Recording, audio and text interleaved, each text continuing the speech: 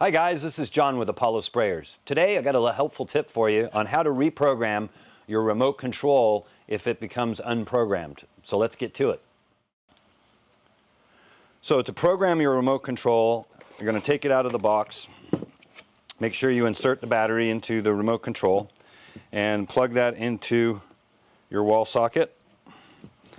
And then to reprogram it, we're going to press and hold this button on the receiver until the red light starts flashing.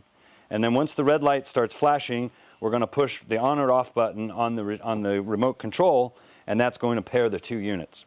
So we'll hold the button for about 3 seconds. You see the red light starting to flash now. So now all I do is hit the on button, and now the red light stops flashing, and I can hit the off button, and you see now the red light is going off and on when I push the on button. So now it's pre-programmed. It's